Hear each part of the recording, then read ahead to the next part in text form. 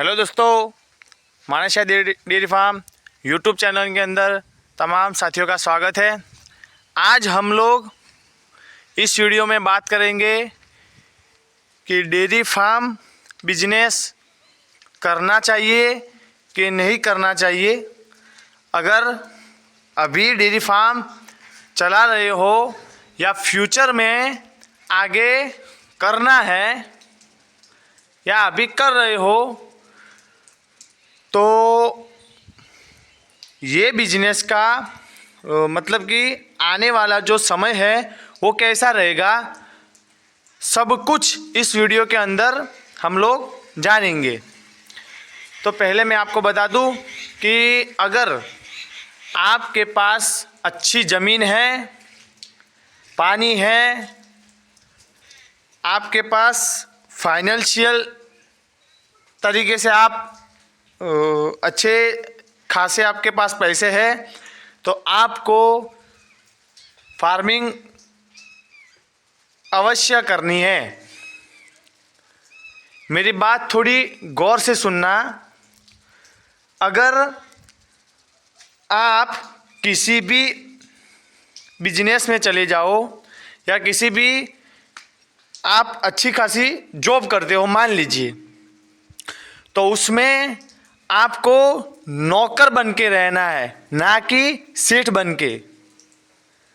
और इसी बिजनेस में आप चाहे एक एनिमल रखो, चाहे 50 रखो, 20 रखो, 100 रखो, 200 200 रखो या 500 रखो, किसी भी कैटेगरी का रखो, आप इस बिजनेस का अपने खुद के दम पे सेठ बन के रह सकोगे।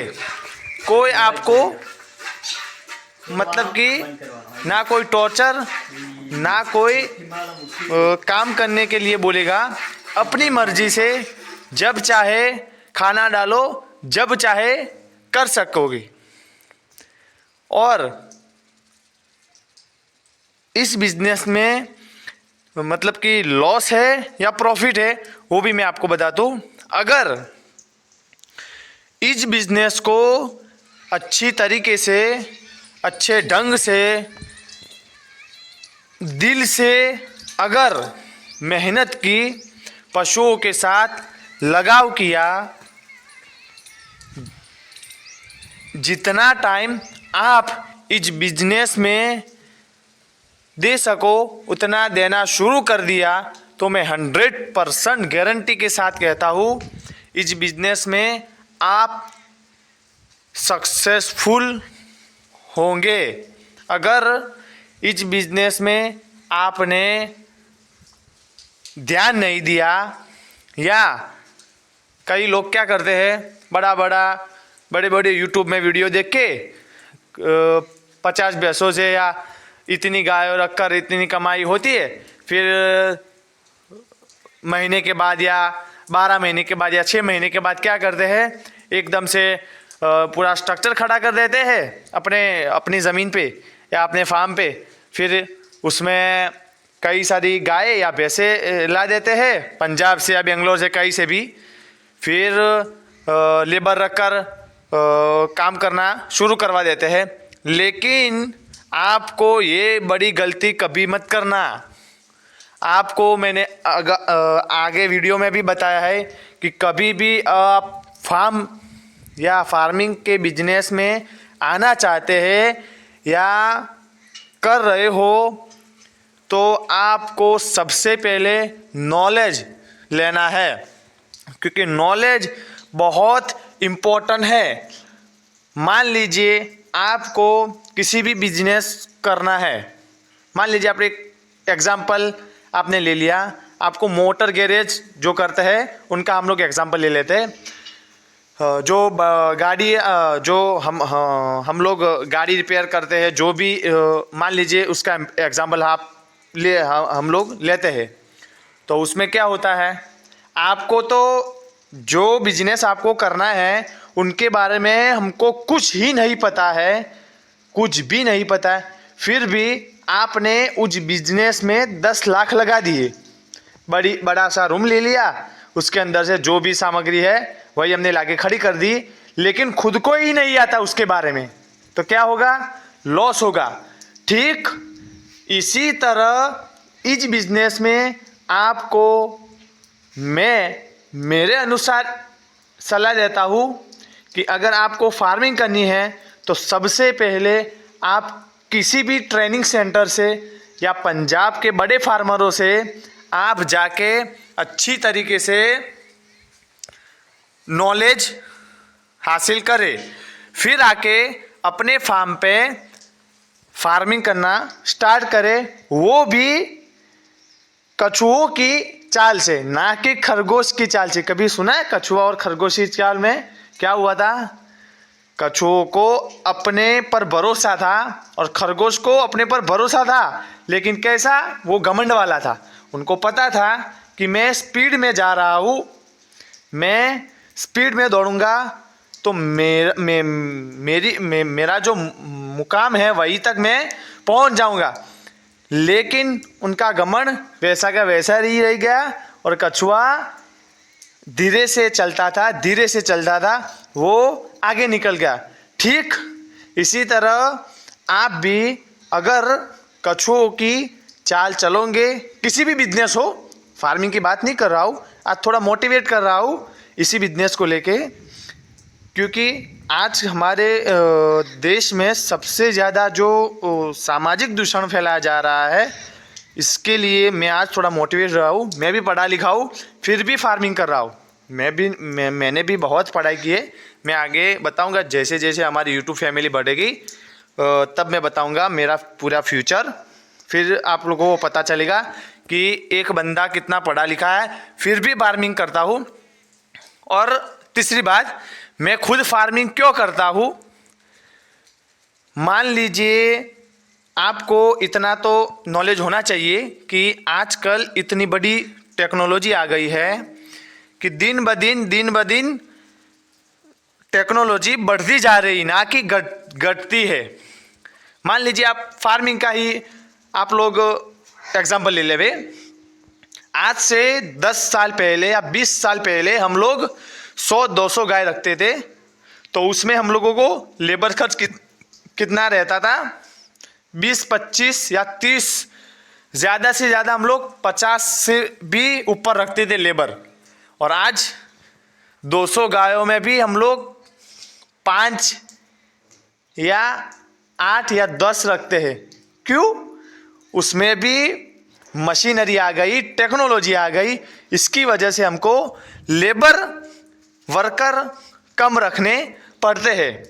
ठीक इसी तरह, क्योंकि मैं इकोनॉमिक्स पढ़ा हूँ, मैं इकोनॉमिक्स में बहुत आगे था, तो मेरी मानसिकता जब चलती है, मेरे हिसाब से 2030 तक या 2035 तक इतनी टेक्नोलॉजी आने वाली है कि जिस काम में 100 वर्करों की या 100 लोगों की ज़रूरत पड़ती है, उसी काम को हम लोग सिर्फ 5 या 10 लोगों से करवा सकते हैं।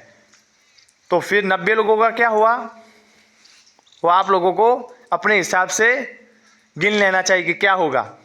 उसके हिसाब से मैंने फार्मिंग चुना है। मैं पढ़ा लिखा भी हूँ, ज़्यादा बिल्कुल अनपढ़ नहीं हूँ, बहुत मैंने पढ़ाई की है, बहुत आगे भी था पढ़ाई में, लेकिन फिर भी मैं फार्मिंग इसलिए कर रहा हूँ, मैंने आपको बता दिया। आप लोग अच्छी तरह से समझ लेना, फिर कमेंट में बता देना कि क्या होगा। इसीलिए अगर आपके पास अच्छी खासी ज़मीन है, पानी है, आपके दिल में या आपके अपने खुद के दम पे, खुद के ऊपर अगर थोड़ा सा भरोसा है, तो मैं आपको गारंटी के साथ कहता हूँ कि इस बिजनेस को आप अपने फार्म पे करें, उसमें कोई लॉस नहीं है।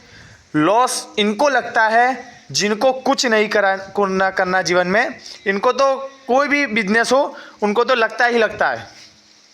ठीक है, आप कितने भी पढ़े लिखे हो, आप इस बिजनेस को कर सकते हो, कोई शर्माने वाली बात नहीं है। लोग जितना बोलने वाले हैं वो तो बोलने वाले ही है, लेकिन आपको अगर अच्छे फ्यूचर में अपने आने वाली पीढ़ी को मतलब कि अच्छी कोई हम लोग बोलते हैं ना कि हमारी आने वाली पीढ़ी के लिए हम कुछ कर सके, तो मेरे हिसाब से एक फार्मिंग है, दूसरे नंबर पर खेती है। मैंने आपको अगाऊ भी बोला कि मैंने क्यों फार्मिंग चुना है।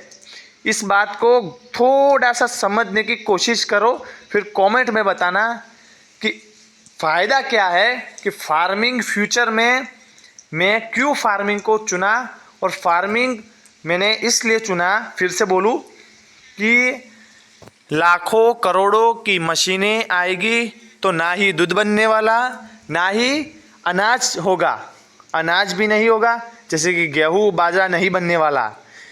अगर बनाना है तो दूध के लिए गाय अपने फार्म पे रखनी ज़रूरी है, और अनाज के लिए अपने पास खेत होना ज़रूरी है, और खेत होने के बावजूद हम इनके ऊपर मेहनत करेंगे तब जाके सब कुछ फसल हमको मिलेगी। ऐसा नहीं है कि हम लोग को जैसे जैसे टेक्नोलॉजी आएगी वो हम लोगों को वैसे वैसे दूध या खाने की चीज़ें जो भी है अनाज वगैरह वो हम लोगों को दिलवा सकेंगे। वो कभी भी नहीं हो सकता, चाहे कितना भी बड़ा वैज्ञानिक हो, चाहे कितनी भी बड़ी सेलिब्रिटी हो, उनको दूध और अनाज को बनाने के लिए गाय और खेत रखने ज़रूरी है। इस वीडियो में मैं थोड़ा आपको मोटिवेट कर रहा था इसी बिजनेस को लेके, क्योंकि आजकल सबसे ज़्यादा कम बिजनेस करने वाले कोई बिजनेस है तो फार्मिंग है।